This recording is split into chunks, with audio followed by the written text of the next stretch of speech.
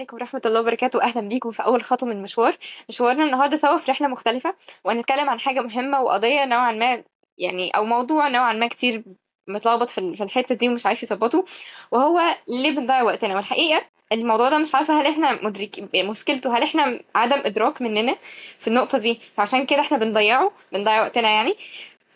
ولا المشكلة أصلا بتبقى في الشخص نفسه؟ فحابة بقى أعرف منكم، نبدأ كده بأول حاجة، ليه بنضيع وقتنا؟ عندك حق فعلا الموضوع ده.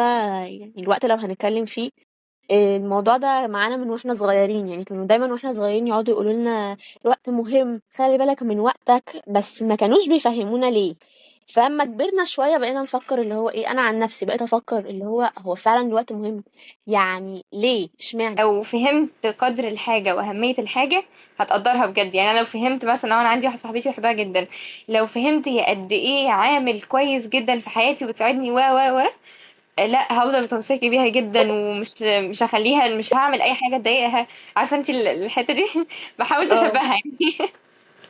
عندك حق فعلا. التشبيه الصراحة في محله. يعني لو هنتكلم ان انا فعلا يعني شوية الحاجات اللي انا بعملها في يومي دي هي فعلا وقتي، لان وقتك ده هو حياتك.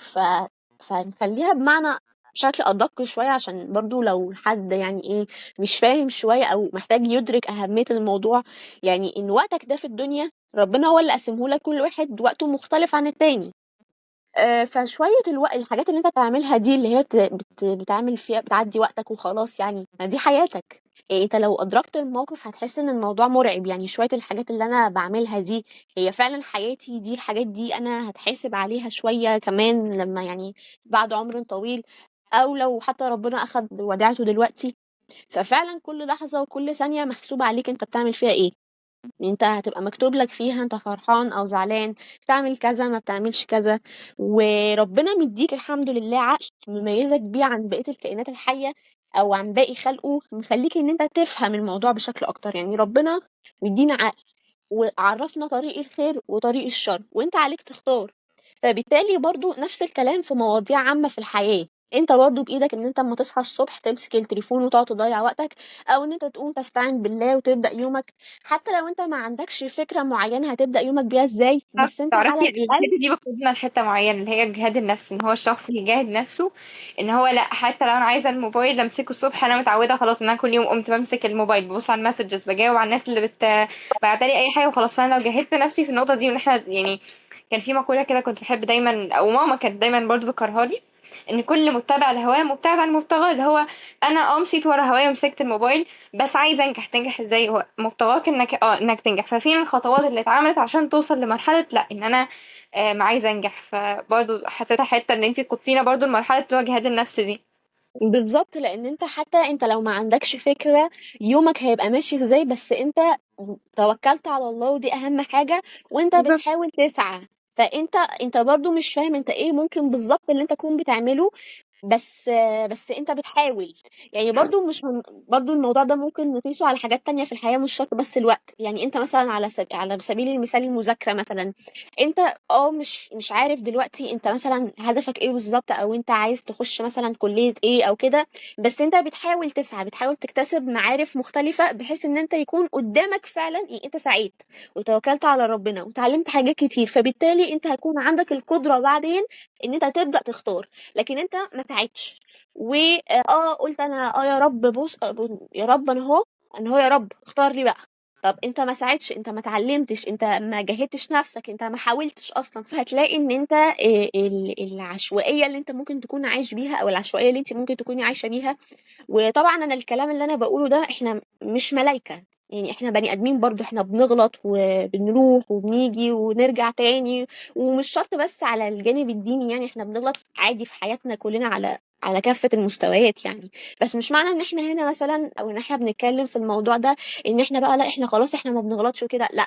احنا بشر برضو. لو هنرجع لموضوعنا ان احنا انت حياتك اللي انت عايشها بعشوائية وكده، طب ما ده وقت انت مش بتستثمر وقتك. مش هقولك بقى ان انت تتعلم حاجة جديدة ومش عارفة ايه يا عم.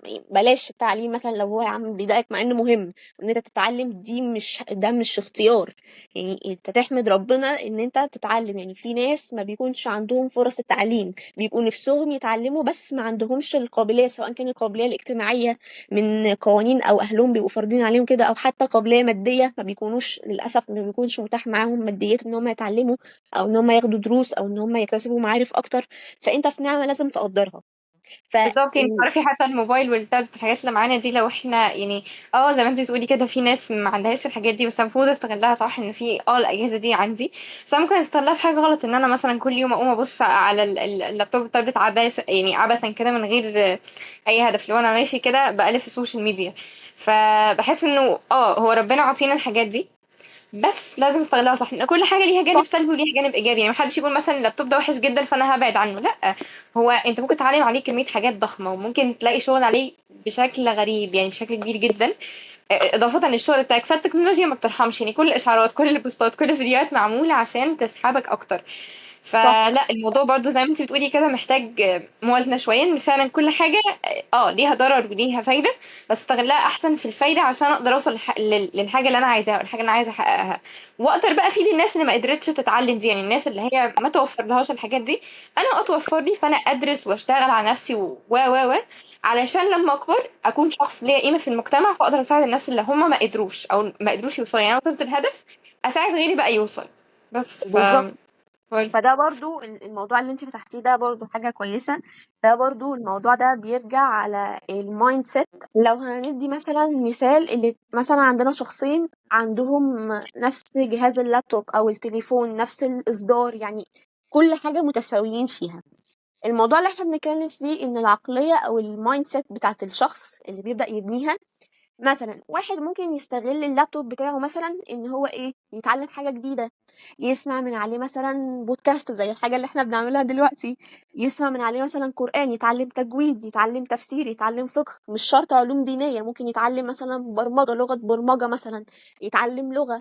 في حد تاني ممكن يقعد مثلا يسمع عليه أغاني، يتفرج عليه على حاجات مثلا مش كويسة، ربنا بالظبط، يبعد وكده عننا خليك يا رب. ميزان سيئات. واللي هو يعني بدل ما انت متوفر لك الحاجه دي قدامك تعمل الصح والغلط، بس انت اخترت الغلط. انت زي برضو في نقطه، الانسان مخير مش مسير. ان انت قدامك تختار. انا موجود قدامي اللابتوب، مختار ان انا استخدمه في حاجه صح، ومخير ان انا استخدمه في حاجه غلط. يعني كل واحد بقى على حسب يعني هو ايه. كديننا هو الدستور اللي احنا ماشيين بيه يعني في حياتنا. في اي حاجه اتعرضت علينا في حياتنا، في فلتر هنا جوه في دماغنا بينظف. يعني اي حاجه تدخل تتنظف الاول في الدين، اخد منها اللي ينفع واللي ما ينفعش ابعده. بالظبط. فبرضه ده مسؤول في النقطة دي. فاحنا لو هنتكلم فعلا، لان كل ده انت وقت ضايع منك، استغل وقتك. هل معنى كده ان احنا الاشخاص اللي احنا يعني بنتكلم احنا بنستثمر وقتنا كله؟ اكيد لا، برضه في اوقات بنلعب، في اوقات بنهزر، في اوقات ممكن نضيع وقت في اللا شيء، بس احنا بنحاول على قد ما نقدر نستغل الوقت. انتوا تعرفوا ان من كتر ما الوقت مهم وليه مكانة عظيمة، لأن هو طبعا من النعم اللي عندنا، وربنا يديمها علينا نعمة كلنا، نعمة الوقت. احنا الوقت اللي احنا بنقضيه في حياتنا ده، اللي انت ممكن تكون شايفه مش مهم، اللي هو ايه يعني، وقت حبة وقت، يوم، اسبوع، سنة عدت من حياتي، إيه المشكلة يعني؟ انت تعرف ان انت وقتك ده هتسأل عليه. في حديث عن الرسول صلى الله عليه وسلم، قال رسول الله صلى الله عليه وسلم: لا تزول قدم عبد يوم القيامة حتى يسأل عن أربع: عن عمره فيما أفناه، إلى آخر الحديث، عشان بس ما نطولش عليكم. يعني ايه عن عمره فيما أفناه؟ يعني عمرك، وقتك، حياتك دي انت قضيتها في ايه؟ عملت ايه؟ عبدت ربنا؟ صليت؟ ذكرت ربنا؟ دعيته؟ تصدقت؟ زكيت وقتك؟ صمت؟ عملت اللي ربنا بيأمرك بيه سواء كان في دين او في دنيا؟ اتعلمت حاجات جديدة؟ لان برضو احنا كإنسان المفروض ان احنا بالانسد ما بين علوم الدنيا وعلوم الدين. بالظبط. يعني دايما وبرضه في بنتمنى. نقطة، ما نخليش علوم الدنيا والحاجات اللي في الدنيا تبقى طاغية على النقطة دي. يعني في ناس بتبقى ماشية الاتنين، بس بتخلي الدنيا طاغية على الدين. يعني مثلا انا قدامي وقت، فتلاقي ناس ايه الاولوية. انا عندي وقت فاضي دلوقتي، فالاولوية ان انا اجيب علم عايزة ادركه، او مثلا عندي انا فاضي وخلاص كل حاجة عليا. الافضل ان انا مثلا في نقطة عندي في الدين فيها خلل، فانا مش مظبطها، فانا عايز اروح اعدلها. ولا اني اروح ابص مثلا على اي مصدر تاني ممكن اتعلم منه، مثلا كورس عن استثمار المال، عن استثمار الشركات. الافضل طبعا انك لا تروح تشوف يعني حاجه ناقصه في دينك فلازم تظبطها. ان انت هتيجي يوم من الايام مثلا لو بتصلي غلط فربنا يسالك يقول لك انت كنت بتصلي غلط ليه؟ هتعرف ترد تقول له ما اعرفش؟ هيقول لك اصلا انا جايبك في الدنيا عشان تعرف. فانت جيت وبعدت عن بالظبط. الهدف الاساسي ومشيت بقى ورا الدنيا يعني. معنى اللي احنا بنقوله ده مش ان تبقى الحياة كلها مثلا ان انت تتعلم حاجات عن الدين بس، لان الزمن اللي احنا فيه دلوقتي محتاج لازم تعرف. نبالانس الاتنين، محتاج الاتنين او نوازن ما بين الاتنين. مثلا كورس الاستثمار بتاع المال اللي انت عايز تاخده ده، او كورس الانجليش، او وات ايفر الكورس اللي انت عايز تعمله، او ايا كان الحاجة اللي انت عايز تتعلمها، اوكي. يعني احنا برضو الدين بتاعنا امرنا ان احنا نتعلم. يعني اول آية نزلت على الرسول صلى الله عليه وسلم اقرأ. يعني انت اصلا التعليم اللي انت بالنسبه لك مش مهم بقى، وان اي درجه تجيبها وخلاص، لا، انت مأمور ان انت تتعلم. واحنا المفروض سمعنا واطعنا. المفروض ان احنا مش هنجادل في حاجه ربنا قالها، لان احنا عارفين ومدركين ان ربنا طالما خلاص قال لنا على حاجه معينه دي فيها مصلحتنا، احنا مؤمنين بالموضوع ده. هي اصلا ما فيهاش كلام او ما فيهاش جدال. يعني اللي بيجادل في حاجه زي كده، لا، انت عندك مشكله لازم تحلها بسرعه. بالظبط. فان انت تتعلم الجهتين كويس. وبرضه كانت مامتي دايما بتقول لي، ربنا يخليها لي يا رب، دايما وانت قاعده بتذاكري ضيفي حاجه من علوم الدين. دي اللي هتديكي الباور، دي اللي هتديكي الدفعه. لان انت يعني مثلا همثلها لك ازاي. مثلا انت قاعد طاقتك خلصانه وزهقان ومش قادر، قوم مثلا اسمع بودكاست عن مثلا السيره النبويه، اقرا قران. مش عايز تسمع حاجه انت مش طايق حاجه في ودنك، هتحس احسن. فكان دايما ماما بتقولي الموضوع ده، ان انت ضيفي لعلوم الدنيا او الحاجات اللي انت بتتعلميها، ضيفي لها طبعا حاجات معلومات من بره، بس برضو ما تنسيش اصلك فطرتك الهادي. زي ما انت بالظبط. قلتي ان ديننا ده هو الدستور اللي احنا ماشيين بيه، سواء كان القرآن او السنة، الاتنين مع بعض. كده النقطة الأولى اللي احنا اتكلمنا عنها هو أصلا يعني النقطة اللي احنا عايزين ندركها في الأول، هو الوقت بيساوي ايه؟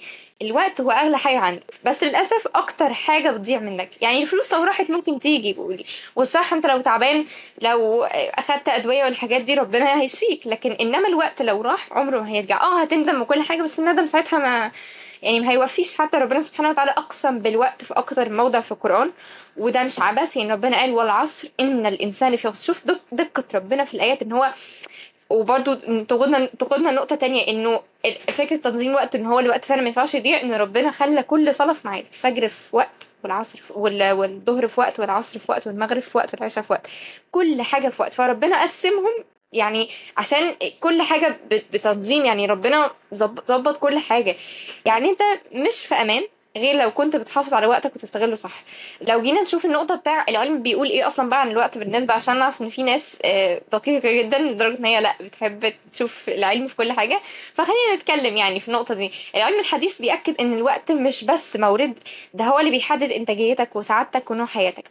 بمعنى لو جينا مثلا شفنا اتنين مثلا صحاب، نيجي على الجنب الأول، واحد مثلا هو قدامه نفس الوقت اللي عند صاحبه بس بيستغله في حاجة كويسة، والتاني نيجي على الجنب التاني بيستغله في حاجة مش كويسة. هل نوع أنا بتكلم عن نوع حياة الشخص ده زي نوع حياة الشخص ده؟ أقصد إيه بنوع حياته؟ يعني مثلا ده غني وده فقير، ده متوفر قدامه opportunities كتير جدا يقدر يدخل فيها، والتاني ده لأ. يعني ده معاه فرص يدخل الحياة اللي هو عايزها، والتاني ده لأ. ليه؟ لأن هو ما اشتغلش على نفسه أو على وقته، وخلاه يخليه ان هو يكون كشخص يعني ليه قيمه في المجتمع. فدراسات كتير اثبتت ان الانسان اللي بيخطط ليومه ولو 5 دقائق بس قبل ما يبدا، يعني حتى لو مثلا يعني المفروض برضو في النقطه دي تقودنا لحته تاني، انه لازم مثلا قبل ما انام او قبل ما اليوم التاني يجي اكون انا عارفه انا بكره ان شاء الله هقوم اعمل واحد اتنين تلاته، وكون الاهداف اللي انا حاطه دي اهداف واقعيه، عشان ما اجيش تاني يوم اقوم ابص على حاجات ما اكونش عارفه اعمل حاجه فاحبط فازهق. لان في ناس كتير بتبقى يعني مثلا فكرة الجداول دي بشوفها كتير جدا، ناس بتفضل بقى انا هعمل جدول واحطه ومش عارفة الحاجات دي،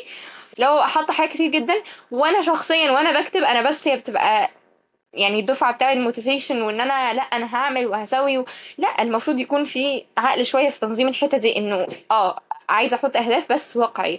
فلما اخطط كل يوم قبل ما انام انا هقوم اعمل واحد اتنين تلاتة بشكل منظم وعقلاني واهداف تكون واضحة، هقوم تاني يوم الصبح مش هتقلب على السرير ساعة عشان اصلا التقلبة وان انا افضل نايم مش عايزة اقوم. يعني افضل ساعة قاعد على السرير انا صاحي وكل حاجة عشان بجهز ان انا اقوم.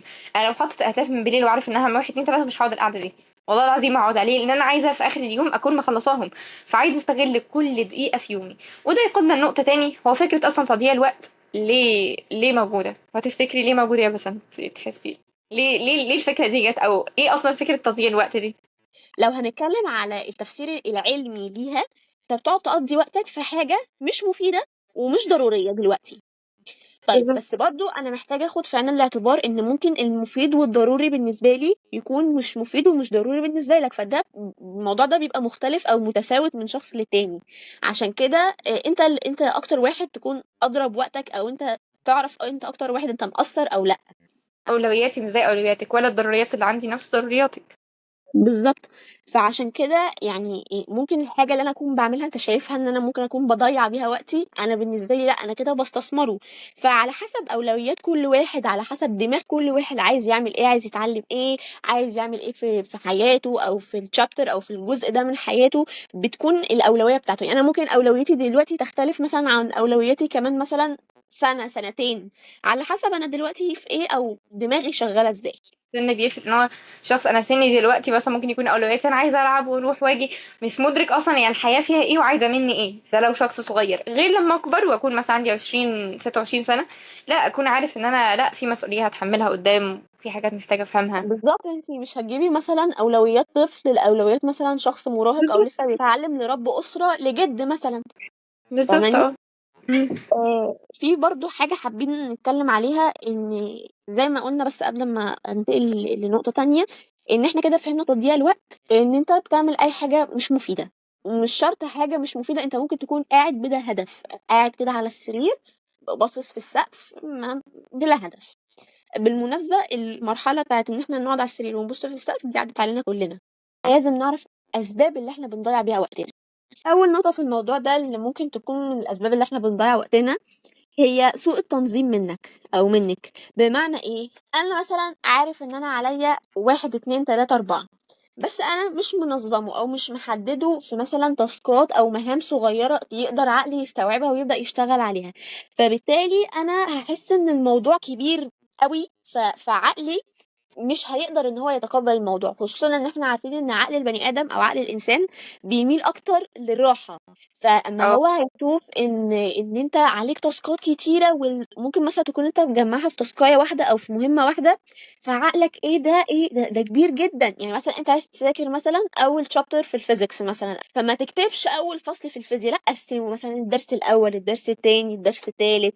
في حته كمان، اللي هي ان يكون عندي روتين قاتل. عارفه اللي هو الروتين بقى، ان هو هصحى اشتغل اكل اتفرج انام وارجع نكرر تاني. يعني انا شخصيا كريمات بحب ان انا كل يوم اضيف لمسه كده ليومي تخليه مختلف عن اليوم اللي قبله. وساعات والله كانت في فتره عدت عليا كنت بحس الايام كلها شبه بعض، العيد زي رمضان زي الايام العاديه. بجد كنت ماشيه كله برتم واحد، اللي هو يعني حاجات كده ثابته، اللي هو انا كل يوم بعمل كذا وكذا وكذا. فكره ان انا يبقى عندي روتين بشكل يعني مبالغ فيه، اللي هو كل يوم نفس الحاجه واحس كل الايام زي بعض، الدنيا ماشيه كده من غير ما اعرف هدف واضح. فالوقت غصب عني هيضيع. ليه؟ ان انا زهقت. هتلاقي نفسك مثلا، انا بصحى، ماشي انا بصحى واعمل، اصل انا قلت روتين دلوقتي، لو مثلا لو حد بيصحى يشتغل ياكل ينام يتفرج ويكرر تاني نفس الكلام تاني يوم. لو انا بصحى مثلا هتلاقيني، لو انا لسه ماشي نفس الروتين وهضيع وقتي ازاي؟ لو هصحى هتلاقيني بقى اللي هو قاعد بفطر ساعة، بفطر بجد في ساعة، وبعدين عشان بقى اروح اشتغل اقول طب استني اعمل قهوة عشان اروح اشتغل بضمير. فالحاجات دي تحسي الحاجات دي تضييع وقت. انت مش عايز تشرب قهوة، انت لسه شارب قهوة في الفطار او لسه فطران حالا. فايه ايه الداعي الكاف؟ بحس برضه حتة الروتين دي ان هو يبقى روتين كل يوم نفس الحاجة، بحس ايام كلها متكررة مع بعض، بحسها لا، مش مش مظبوطة. هو فكرة الروتين ان انت يكون عندك روتين دي حاجة كويسة، اخلي الموضوع فيه flexibility او مرونة، ان لا انا في availability عندي، بس اكون حاولت. يعني مثلا ما اقعدش طول اليوم ما بعملش حاجة، قاعد بلا هدف حرفيا، وفي اخر اليوم اقول ايه ده، يا خسارة انا ما عملتش حاجة النهاردة، لا بكرة بقى ان شاء الله انا هنام واصحى من الفجر اكسر الدنيا. كلنا بنقول ده كده. كلنا بنقول كده، بس لا، ان انت فعلا تكون حاولت وبذلت جهد. وفي مثلا مش هقول لك تاسكايه واحده، لا، نص تاسكات ما خلصتش، بس انت حاولت وعملت النص التاني، فبص النص كوبايه المليان. انت عملت جزء، ما هي مش هتيجي معاك مثلا من اول مره. بس انت دلوقتي اتكلمت عن اول كام النقطه الاولى اللي هي اتكلمت فيها، اللي هي الحته بتاعت سوء التنظيم، ان هو مفيش تنظيم كويس للمهمه او التاسك اللي قدامي. اي حاجه قلناها اللي هي الحته بتاعت الروتين القاتل، ان انا كل يوم بقوم بكرر نفس الحاجه، واحس ان كل ايام زي بعض، زي ما انا قلت كده، بحس ان العيد زي رمضان زي الايام العاديه، بحس ان كل داخل في بعضيه مش فاهمين اي حاجه. دي تاني حاجه، كملي يا بسنت. برضو من الأسباب اللي ممكن تخلينا إن احنا نضيع وقتنا أو ما يكونش عندنا سيطرة على الوقت بتاعنا التشتت. في برضو إن احنا عندنا تشتت، ده ممكن يجيلنا من التليفون، من النوتيفيكيشنز اللي هي الإشعارات يعني من التطبيقات اللي عندنا على التليفون وكده. بس انا صراحة ما بشوفش ان ده اكبر المشاكل في موضوع التشتت، لان التشتت ممكن يكون جايلك من حاجات تانية. ممكن يكون جايلك مثلا من اصوات عالية في الشارع وانت قاعد بتعمل حاجة. في ناس وانا منهم شخصيا الصوت العالي والدوشة بتوترني وبتضايقني وبتعصبني، فانا ما بعرفش اشتغل مثلا او اركز في دوشة او في صوت او كده. في ناس ممكن تعرف تشتغل كده بس انا عن نفسي لا. وفي ناس برضو زيي ما بتعرفش تشتغل في الموضوع ده. ممكن برضو التشتت اللي يجيلك يكون من افكارك، من دماغك، ان انت من كتر ما انت مش عارف انا هلحق انا مش هلحق وانا عندي حاجات كتير ومش عارفه ايه. طبعا كلنا بنمر بالافكار دي و... وبتعدي علينا يعني. بس طالما انت بتشتغل على نفسك وبتسعى فابدأ. الحته بتاعت غياب النيه، ربنا بيقول وما خلقت الجن والانس الا ليعبدون. وبيعبدون. بالظبط. واحنا فاكرين ان العباده بس هي الصلاه وصوم، لا يا فندم، العباده، الشغل عباده، المذاكره عباده، كل دقيقه بتتحول لعباده طالما انت بتستغلها بشكل صح وتكون نيتك لله. لو النيه زي ما بقول صح. بس لو ما فيش نيه يبقى الوقت بيطير كده من غير المعنى. فبرضه نقطه تاني غياب النيه، ان انا ما عنديش نيه انه اظبط الدنيا عندي. برضو لو يعني لو هنضرب مثال على الموضوع ده، ان احنا زي ما المس قالت ان احنا نكون مستحضرين النية لله وكده، وان احنا نكون نيتنا خير، لان ممكن اتنين يكونوا بيعملوا نفس الحاجة بس ده نيته خير وده نيته شر، وهما عارفه الاتنين زي بيعملوا مثلا نفس الحاجة. لو انا مثلا بذاكر عشان بابا بيقول لي ذاكري، او ماما بتقول لي ذاكري، انا بذاكر، مش بذاكرها نيتي مش عبادة، نيتي ان انا اخلي بابا يسكت وما يقوليش حاجه، ماما تسكت وما تقوليش حاجه. لكن انا لو بذاكر بنيه ان انا لله، ان انا بذاكر عشان اطلع حاجه حلوه، عشان افيد المجتمع، عشان احقق الغايه اللي ربنا خلقني عشانها، اللي هو ان انا اعمر الارض، وان انا افهم ديني واعبد ربنا وهكذا. دي بتختلف طبعا عن دي، بتختلف فرق. بالظبط. انت حتى لو انت مستحضر النية لله في كل حاجة بتعملها هتحس بباور فظيع وانت قاعد بتشتغل. حافز ايوه. رباني حرفيا. ايوه، كمان نقطة تاني، الصحبة اللي ما بتحفز. لو انا قدامي البيئة اللي حواليا، لو انا عايشة في مكان كده وخلاص هبقى زيهم، اللي هو لو الناس اللي هناك مش يعني ما فيهمش روح ان انا لا يلا نشتغل يلا نظبط الدنيا يلا نستغل وقتنا، لو صحبتي مش بتحفزني. على فكرة، اي حد عنده اي مشكلة وراح لحد يحل له مشكلة، تلقائيا هيسأله صحبتك ايه. اي صح. حد ليه؟ ان الصاحب ساحب زي ما بيقولوا. انا ما كنتش مدركه على فكره النقطه دي، بس بعدين لما بدات فعلا اتعامل اكتر واعرف ناس اكتر، لا حسيت فعلا الصاحب ساحب غصب عنك وانتي مش دريانه. هتلاقي نفسك واحده واحده كده بتتشدي ليها. فالصحبه لكن لو الناس اللي حواليك بتبني وبتحاول وبتغير، هتلاقي نفسك تلقائيا بتتحرك حتى لو غصب عنك. صح. يعني انا كان ليا صاحبة، كنا متفقين ان احنا في ميعاد كل اذان نرن على بعض ايا كان مين هترن على التانية، يلا قومي اتوضي عشان نصلي دلوقتي الصلاة في ميعادها. ايوه. فاهماني؟ دي فبيبقى في صحبة صالحة زي ما بيقولوا، وفي صحبة بتكون سيئة بدل ما تطلعك لقدام بتشدك لورا. حتى لو انت بتقولي انا مش بتأثر، مفيش يعني مثلا لو فمفيش بينشب حاجة بس اسمها هتتأثر بالظبط. بطريقة لا إرادية مع مرور الوقت. مش شد. هتتأثر أكيد يعني. عارفه زي ايه؟ لو انا عندي مثلا تفاح كتير، بس التفاح الكتير ده هو بايظ، يعني تفاح ما ينفعش يتاكل وهو اصلا عليه عفن بايظ، مم. ومعايا تفاحه سليمه جدا وما فيهاش اي حاجه، بالعكس كويسه جدا، وانا قمت حطيت التفاح دي جنب التفاح البايظ، مش هتلقط منهم وهتعفن مع الوقت. يعني مع الوقت هاجي اعدي عليها مره، يوم، اتنين، تلاته، شهر، سنه، باظت يعني حاجه هتبوظ. مفيش مفر من النقطه دي، هتبوظ يعني هتبوظ، هي بالظبط. محطوطه وسط بيئه مش كويسه. صح. برضو ممكن نقول من الأسباب اللي تخليك تضيع وقتك أو تخليك أنت تايه مش عارف تعمل إيه، إن أنت بتهرب من الواقع. ممكن اه. الهروب من الواقع ده ممكن تكون ان انت خايف من النتيجة، او ان انت محبط، قلقان، خايف ان انت ما تنجحش في حاجة المعينة اللي انت بتشتغل فيها، فبتهرب بقى. ممكن تاكل تنام. ان الناس اللي بتزود كل حاجه لحدها هتقلب بالسلب. اي حد الناس اللي هي بتفتكر المكسرات دي حاجه كويسه جدا لو انا اكلت منها كتير، لا تمام، على فكره المكسرات فيها كالوريز كتير جدا. المكسرات لما بتكتر عن حدها ممكن انت اصلا كده يعني تخليها، انا معتمد على المكسرات، بس فين جسمي عايز نيوتريشنز تانية كتير، ان هو فين المعادن التانية، فين البروتينز التانية اللي هتديها لي، فين في عناصر تانية الجسم محتاجة، فما انت ينفعش جسمك ازود. محتاج كاربس وليبيدز وبروتين، محتاج كل بالظبط. العناصر دي. بالظبط. فانت ممكن تكون بتهرب من الواقع في صور كتير، كل واحد على حسب دماغه بقى بتبقى ماشية ازاي. في ممكن حد ينام، حد يقعد ياكل، او حد يضيع وقته، وده الاغلب.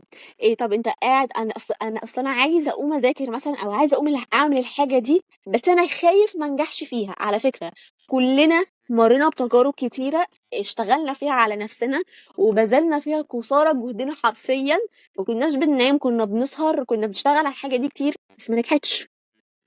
يعني انا عن نفسي مريت بتجربة زي كده، اشتغلت على نفسي في حاجة معينة كتيرة و... واشتغلت على نفسي كتير وتعلمت واكتسبت مهارات كتيرة ومش عارفة ايه وفي الاخر ما نجحتش في الحاجة دي.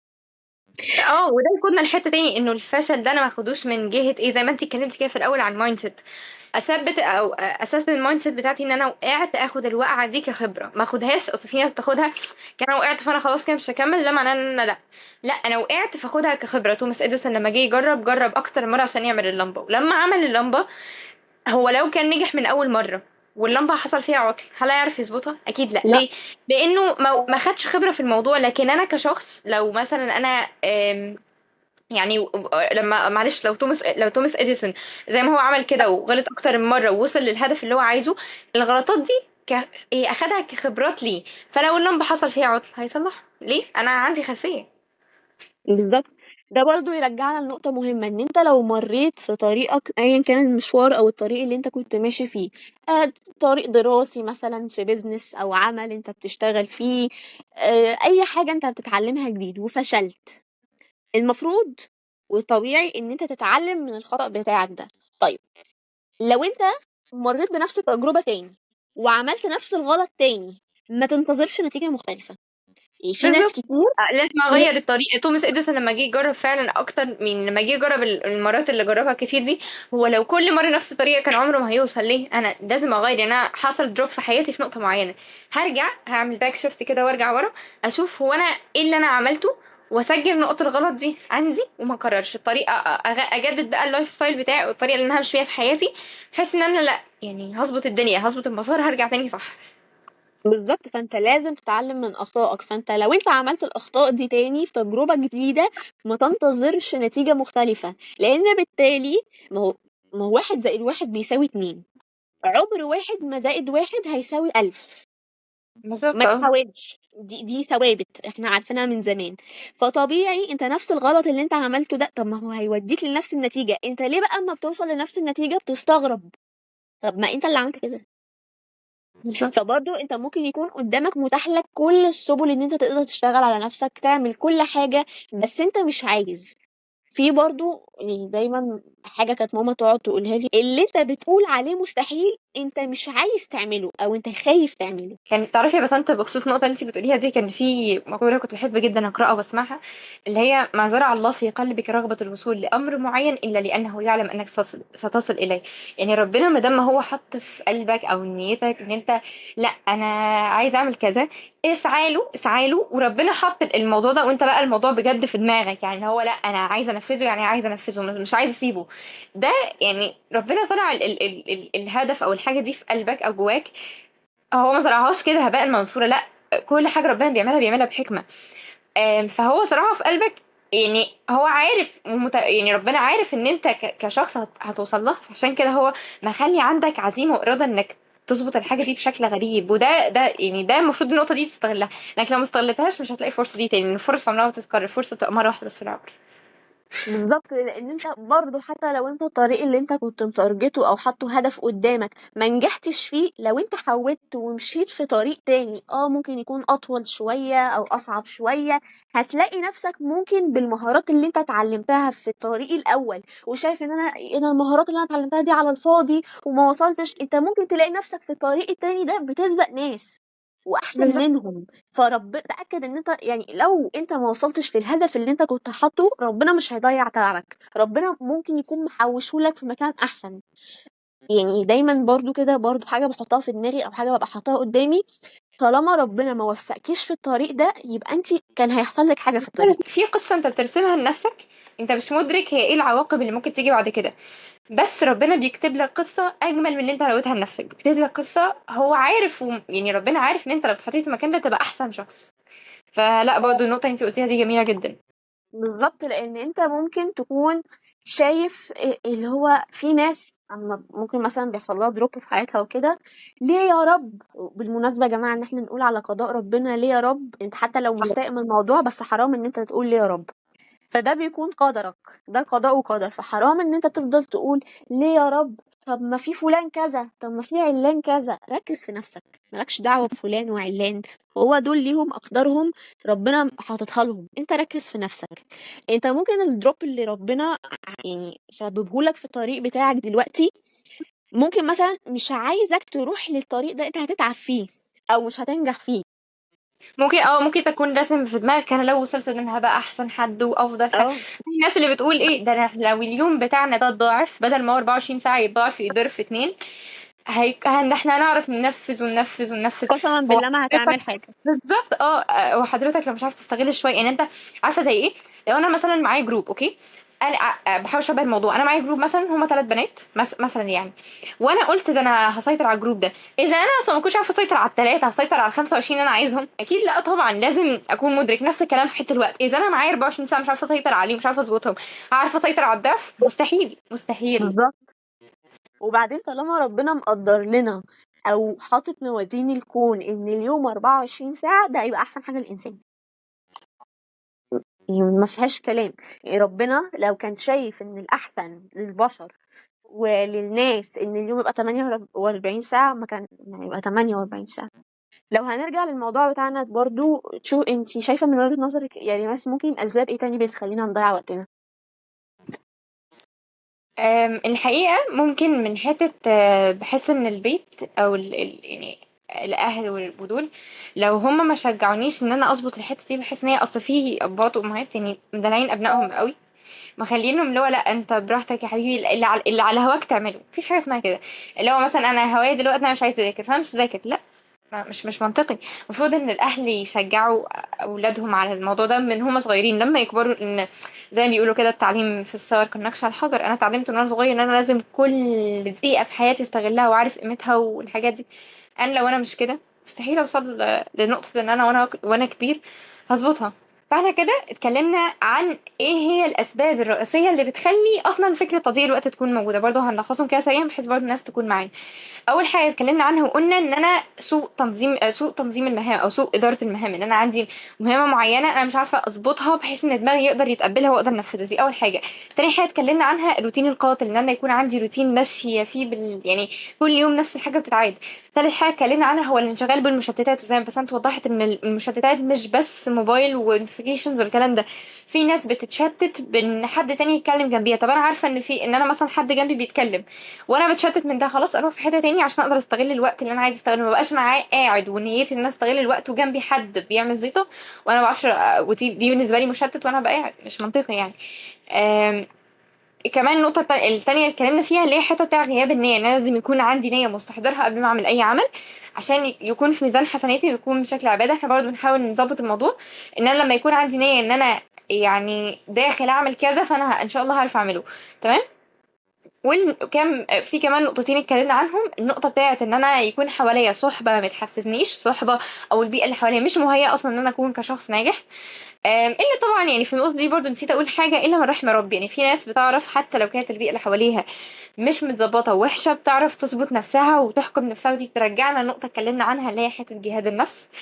في ناس يعني قليل جدا طبعا الناس هما اللي بيبقوا كده، بس انا بتكلم في الاعم، الصحبه اللي ما بتحفزش دي او المكان انت موجود فيه، البيئه اللي حواليك لو مش بتظبطك النقطه دي، مش هتعرف تظبط حاجه، مش هتعرف تنجح في حاجه. الا لما انت تظبط البيئه اللي حواليك الاول، وبرضه ما تستناش البيئه اللي حواليك تكون 100% متهيئه ليك انك تظبط كل حاجه، ان عمر ما المكان او البيئه اللي انت فيها او الظروف اللي انت فيها هتتظبط الا لما انت تبادر بده.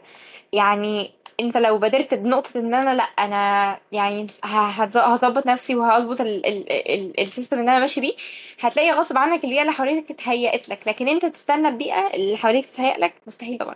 ان انت لو برضو بتقودنا في حتة تاني، ان انا انا قررت ان انا ابقى كويس، فانا هشيل يعني اهو انا بدي مثال على الجزئيه اللي انا اتكلمت فيها، انه انا اللي متحكم في البيئه، يعني انا اللي ابدا وبعد كده البيئه هي اللي هتتهيأ ليا مش البيئه. يعني ما كنتش انا ما بداتش او ما خدتش خطوه مستني البيئه تتهيأ لي، مستحيل.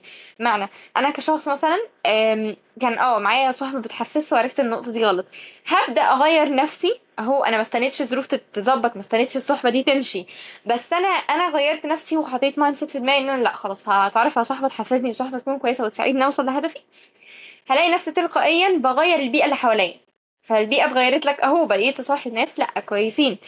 فدي نقطه بتكلم فيها. واخر نقطه اتكلمنا فيها اللي هي الحته بتاعه الاهل، لازم الاهل يكون ليهم عامل مهم في الجزئيه دي من الاطفال وهم صغيرين، لازم يعودوهم على الجزئيه دي، ان احنا زي ما كنا قلنا ان التعليم في الصغر زي النقش على الحجر. في بقى فرق بين الراحه الصحيه وان انا بستريح عشان اللي هو ايه من نقطه تضييع الوقت والتسويف. ان في ناس بتخلط بين انواع الراحه، وفي ناس بتسوف كتير يعني والنقطه دي كلنا عندنا بيها، مفيش حد اتراحة من الحته بتاعت التسويف دي. ده اكيد كلنا سوفنا، يعني مفيش حد ما عملهاش. الفكرة كلها ان احنا لو هنيجي نتكلم على الراحة الصحية او الفرق ما بين الراحة الصحية يعني وبين الكسل او التسويف. الراحة الصحية دي ان انت فعلا تكون اشتغلت عملت اللي عليك، بس بما يرضي الله ويرضي ضميرك، ده اكيد. وانت في اوقات كده احنا بنحس لا ان احنا محتاجين ناخد بريك، لان احنا ممكن لو ما خدناش بريك في اللحظة دي يحصل لنا حالة كده اسمها البيرن اوت، او ان احنا يحصل لنا حالة انطفاء، نبقى مش قادرين نعمل حاجة ومش عايزين نعمل حاجة، حتى لو الحاجة دي احنا بنحبها بنفقد الرغبة فيها، انا مش عايزة اعملها. او ان انت بتعملها بس انت ما بقتش لسه حاسس نفس المتعة ونفس التشجيع اللي بيبقى جواك ونفس الفرحة اللي بتبقى جواك وانت بتعملها. فعشان ما نوصلش للمرحلة دي، لان المرحلة دي بتبقى صعبة قوي وان احنا نخرج منها بيكون برضو اصعب بس مش مستحيل. فكل ما تحس ان انت فعلا لا انت خلاص طاقتك استنزفت، خد لك مثلا يوم بريك، اعمل فيه اي حاجة انت بتحبها. مثلا لو في قابلية يعني ان انت تسافر سافر، اخرج مثلا مع حد بتحبه، مش شرط مثلا اصحابك، ممكن عيلتك، اقعد اتكلم مع عيلتك، كلم مثلا اخواتك، كلم اصحابك، صل رحمك مثلا مع قرايبك، احكي مثلا مشكلاتك دي مثلا لاهلك سواء كان بابا او ماما، هم اكتر اتنين هيبقوا عايزين مصلحتك يعني وهيتمنوا لك الخير واكيد مش هيضروك بحاجة. فده لو انت فعلا حاسس ان انت لا انا خلاص انا مش هيجي مني تاني. لان في ناس لما بتقعد تفضل ان هي يعني تضغط على نفسها اكسترا اكسترا اكسترا، فالموضوع ده بيدخلها، ممكن كمان يدخلها في امراض نفسية وامراض جسدية يأثر عليهم صحتهم يعني. طيب احنا ليه نوصل للمرحلة دي بقى وان احنا بقى نقعد فترة كبيرة بقى ما نعملش اي حاجة وان احنا نكون تعبانين جسديا ونفسيا ومن كل الجهات؟ طيب ليه؟ انا ممكن لما احس ان انا تعبانة فعلا بس اكون فعلا انا اشتغلت وعملت اللي عليا، طب ما اخد بريك. في فرق بقى ما بين ده وان انت مثلا تكسل. ان انت مكسل ده ان انت عندك القابلية، عندك الطاقة، عندك الموارد، بس انت انا مش عايزة اعمل، عايزة اقعد كده بلا هدف. ده في غلط برضو طبعا. اكيد ان انت بتكسل دي حاجة وحشة، لان هي هتضيع عليك فرص كتير قوي حلوة، وهتضيع عليك برضو لحظة او اللذة بتاعت ان انت انا خلصت كل حاجة. يعني الواحد لما بيكون مثلا كاتب تو دو ليست كده او الحاجات المهام اللي هو هيعملها يعني، ويجي في اخر اليوم كده يلاقي على كله صح. في حته بتاع توماس اديسون، ان انت لما قلتي انه لازم تقع وتقوم دي حاجه طبيعيه، زي ما توماس اديسون حاولوا تشبهوها بالتشبيه ده، لان هو فعلا الشخص ده اللي عمله محاولاته دي وعدم يأسه وملله خلاه ان هو يتذكر لحد دلوقتي. كان في برضه مقطع كده كان في نشيد كنت بحب اسمعه دايما، كان بيقول: وكثير مر وقليل ممن يذكر حين يقال رحم الله فلان كان وكان وكان. الناس بتتذكر بأعمالها، ما بتتذكرش بكلامها يعني. أي حد ممكن يتكلم بس اللي يعمل ده مش أي حد، فبرضه نركز في النقطة دي عشان حاساها مهمة. بالظبط. في برضو حاجة ممكن تكون برضو من الأسباب إن أنت تضيع وقت، إن أنت تسوف. يعني اه التسويف ده تعبيره العلمي حاجة اسمها procrastination، أو المماطلة، أو إن أنت تسوف. يعني إيه؟ أنا عليا كذا وكذا وكذا وكذا، أيا كان العدد بقى بتاعته، انت عارف ان انت لازم تقوم تعمل كذا بس انت ما بتعملوش. طب انت ليه ما بتعملوش؟ مش عارف، بس انت ما بتعملوش. طيب، الحالة اللي انت بتبقى داخل فيها دي، احنا يعني انا بسميها الصراحة ان هي كلوزد سيركل. يعني ايه؟ دايرة مغلقة، يعني ملهاش اخر. انت هتفضل حرفيا في نفس الدايرة. تصحى الصبح، انا المفروض اعمل كذا وكذا وكذا، طب بس انا مش هعمله. اللي بيعمل كده الروتين القاتل، اللي هو كل يوم بالظبط. تحس ان يومك كلها شبه بعض مفيهاش ملامح. بالظبط، اهو على الاقل اللي هو شايف الروتين بتاعه ما فيهوش ملامح بيعمل حاجة. ده بقى ما بيعملش حاجة، ده قاعد مم. ما بيعملش حاجة. ويقعد بقى في اخر اليوم، يا ريتني كنت عملت كذا. طب ما انت كان عندك اليوم، انت كان بالظبط. عندك اليوم. الحل الوحيد ليه، يعني كحاجه مثلا ان انت، قصدي اللي هو ملهوش حل، مثلا لو علاج مثلا اقراص او حاجه كده تاخدها، لا هو ملوش حل في طبي. الحل الوحيد ان انت تقوم تبدا. بس لما بلاقي نفسي هبدا اخش في سكه بقى الايه، ان انا اسوف او اماطل، اقول لا لا، افتكر الحاجات اللي انا عايزه اوصل لها، وافتكر ان انا لما مطلت وسوفت وعملت كذا وكذا كان منظري عامل ازاي. تعرفي بالظبط. بفتكر، نصحح بقى المصطلح، بفتكر وانا اصلا بدأت ليه. يعني بقعد كده اه، قاعده مع نفسي محترمه وافتكر اصلا وانا بعمل كل ده ليه، ايه هدفي. ان مفيش حاجه بتتعمل هباء منصورا، انت بتعمل وفي هدف معين، فلازم يبقى الهدف ده محطوط قدامك دايما عشان تستمر. بالظبط. وموضوع ملوش علاج، اللي انا اقصده ان هو ملوش مثلا علاج اقراص او حاجه دواء من الصيدليه يعني تقدر تجيبه. هو علاجه ان انت ابدا. وخدوا بالكم اهم اسباب التاجيل اللي انا ابقى مثلا ضامن النتيجه اللي انا هجيبها. يعني مثلا عندك طالب في ثانويه عامه يقعد ياجل طول السنه ومش هذاكر، وخد بالك العقل اصلا البشري بيدور على الحاجه السهله، مش هيقعد يتعب بقى ويعمل، لا انا هو يدور على الحاجه السهله ويفضل ياجل لحد ما يجي اخر السنه هو ضامن مثلا اللي عنده مدرس فلاني صاحب باباه هيدخل يغششه، صاحبه مثلا الفلاني هيقول له اجابه وهيعدي بيها. فالعقل البشري بيتجه للسهل، وخصوصا لو هو مطمن للنتيجه. لكن لو مثلا لا انا هقع انا هسقط انا هيحصل لي مشكله، لا هيضطر غصب عنه ضميره هيأنبه هيشتغل. فدي مشكلة كبيرة برضه ان هو يكون ضامن النتيجة. بالظبط. بالظبط كده. فالموضوع يا جماعه يعني، الموضوع سهل، الموضوع مش محتاج تعقيد. ان انت البروسيس، يعني trust is a process زي ما بيقولوا. الموضوع سهل ان انت تستعين بالله، تبدا ان انت تشتغل على نفسك. ربنا مش بيضيع تعب حد. عارفة كمان بحس ان النقطة دي بترتبط اكتر بان لازم يبقى فيه، ما دام انا عارف او متيقن، لو انا مدركها كويس، صدق ان انا اتوكل على ربنا وان انا اكون عارف فعلا ان ربنا مش هيسيبني في اي لحظة. بحب قوي اربط الجزئية دي بقصة سيدنا موسى. سيدنا موسى ما كانش عارف ان ربنا هيشق ليه البحر، بس كان عارف ان ربنا عمره ما هيتخلى عنه، وهو كان عنده يقين بده، فبالتالي ده دفعه ان هو يكمل. فانا بقى بحاول اربط النقطه دي بالكلام اللي انت قلتيه. انت قلتي اللي هو في طالب بيبقى خايف ان هو يعني يفشل او ما يكملش، حتى بيكسل. هو لو بيعمل اللي عليه وعنده يقين داخلي انه ربنا عمره ما هيسيبني ما دام انا عملت اللي عليا، لا هيستغل وقته صح وهيبدأ يشتغل. وجنب كل دوت لازم الانسان يحط له هدف واقعي يسعى ليه. يعني تخيلي كده انت ماشيه من غير اي حاجه، اذاكر ماشي اذاكر، لازم الانسان مثلا انا عايزه ابقى كذا، عايزه اطلع كذا، انا لازم اخلص كذا النهارده. ده يديله دفعه اللي هو فعلا يستغل كل وقته ويجتهد فعلا ويتعب عشان يوصل للهدف ده ويحققه. ما ينفعش الانسان كده يكون ملوش هدف واقع او هو مش عايز يعمل حاجه سايبها كده. بالظبط. بالظبط، لان انت لو مالكش هدف محدد فانت اصلا اللي انت بتعمله ده انت بتعمله ليه؟ مم. زي ما انا كنت لسه بقول لك يا بسنت من شويه، لو انت زهقت ارجع وافتكر انت بدأت ليه، اقف كده واقفه وارجع وافتكر انت بتمشي كل الطريق ده ليه. وتخيل ان انت بعد ما توصل ان شاء الله للي انت حابه، تخيل النتيجة، ان انت ايه ده، انا وصلت، انا حققت حلمي، ايا كان بقى الحلم ايه، يعني هتبقى مش مشتاق حاجة اكتر معينة. هتبقى مشتاق اكتر ان انا، لا طب يلا اشتغل عشان عايزه اشوف النتيجه الجميله دي. بالظبط. وان انت لما يعني اما هتوصل لحاجة هتقول طب ما انا عايز حلم اكبر، طب ما اجتهد اكتر، طب ما اعمل اوصل لحاجة اعلى. بالظبط. فالنجاح بيجيب نجاح، او النجاح بيجر نجاح، الفشل هيجر فشل. بس انت اه بايدك ان انت تستاهل لو طبعا. حاسس نفسك ان انت لو حاسس نفسك فاشل، او ان انت هتبدا تخش في دايره ان الفشل يسلم فشل، انت برضو اللي بايدك ان انت تطلع نفسك من الدايره دي. لان انت لو متوفره لك كل السبل وكل حاجه حرفيا متاحه ليك، بس انت مش عايز تشتغل، انت مش هتشتغل. بالظبط. انت الحاجه اللي انت بتقعد تقول عليها ايه ده، دي صعبه ومستحيله، مفيش حاجه اسمها مستحيل. و... وربك رب معجزات. ف...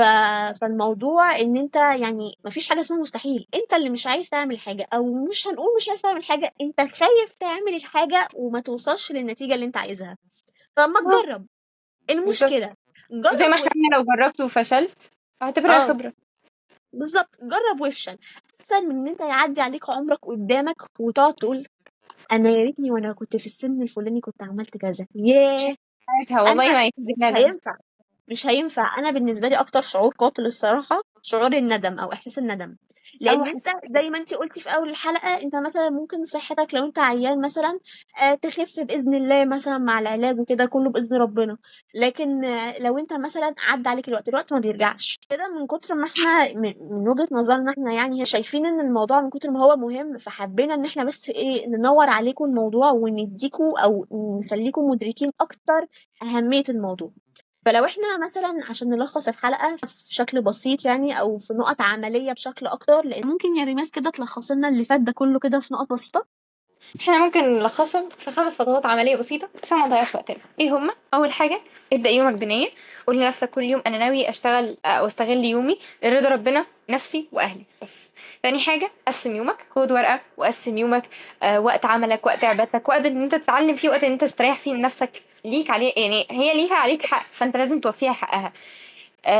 تالت حاجة ان انت تقلل المشتتات. خصص وقت للسوشيال ميديا. مش تفتحها كل دقيقة. نزل تطبيقات بتقفل عنك كل حاجة تشتتك. بجد والله العظيم احنا فتحنا الموبايل بتاعنا وشوفنا احنا بنقعد قد ايه على السكرين. في السيتنج بتاعت اي موبايل. لو شوفنا احنا بنقعد قد ايه على الموبايل هنكون مذهولين والله العظيم من النقطة دي. الا طبعا من رحم ربي الناس اللي هي بقى بتعرف تحكم نفسها وتجاهد نفسها زي ما احنا اتكلمنا. رابع نقطة، اتعلم حاجة جديدة كل يوم عشان تيجي في اخر يومك تحس انت عملت حاجة، حتى لو بتعمل يعني معلومة واحدة بس. اياك واليوم يعدي وانت ما زودتش حاجة في دماغك او حاجة، لان انت لو اليوم عدى وانت ما استفدتش حاجة يبقى انت وقتك كله ضاع. حتى لو انت كنت من اول يوم قاعد تشتغل بس ايه اللي استفدته من الشغل؟ ما استفدتش حاجة يبقى انت يومك ضاع. لازم يكون في فايدة عايدة عليك. وخامس حاجة، راجع يومك قبل ما تنام. اسأل نفسك عملت ايه وايه اللي ضاع عشان تراقب نفسك. مراقبة النفس دي حاجة مهمة برضو عشان بكرة تبدأ احسن. وانا عايزه اقول نصيحه، الوقت نعمه في ايدك وانت اللي تحدد تستغله في المفيد او تضيعه، وتقف في اخر الطريق يا تقول الحمد لله انا تعبت ووصلت، يا هتقول يا ريتني استغليت وقتي واجتهدت. بالظبط. واحنا قلنا كمان ساعتها هتوصل ويعني او ساعتها هتندم ومش هيفيد في حاجة. الفكرة نفسها صعبة لكن تنفيذها محتاج حد يكون فعلا عايز يتغير، شخص صبور جدا. نصيحة مني ليكوا، كونوا حنينين على نفسكوا، لان انت مش آلة او انت مش روبوت، مش من اول مرة هتظبط، لازم تجرب مرة واثنين وثلاثة والف، وتأكد ان دماغك دي بجد بجد عظيمة تقدر تعمل اي حاجة في الكون. وعايزه اضيف حاجه بسيطه، مفيش انسان غبي، مفيش انسان ما يقدرش، مفيش حد مش قادر ابدا، مش قادر اللي انا اعمل حاجه. حتى لو انت مش متوفره لك كل الامكانيات، بالعكس انت اللي شايف كده، ابدا. ولو الامكانيات مش متوفره كلها انت اللي تقدر تخليها متوفره. ومفيش حد اسمه ما يقدرش، بالعكس كلنا نقدر، بس لو جينا على نفسنا شويه وقدرنا فعلا نحكم نفسنا وقدرنا نشتغل من دلوقتي. بالظبط. فالوقت اللي انت شايفه عادي ده هو السؤال اللي هيتسألك يوم الحساب، زي ما بس انت وضحت لنا في الحديث في الأول خالص لما قالت سيدنا محمد صلى الله عليه وسلم قال لن تزول قدم عبد يوم القيامة حتى يسأل عن أربع. ومن ضمن الحديث اللي هي وعن عمره فيما أفناه. فلا نركز في الوقت، يعني الوقت اللي انت شايفه عادي ده هو السؤال اللي هيتسألك يوم الحساب. فخد بالك وقتك مش بيتسرق، انت اللي بتسيبه يضيع. شكرا ليكم وشكرا لوقتكم اللي مش هيضيع من النهارده تاني. وبس كده كنا معاكم من بودكاست مشوار.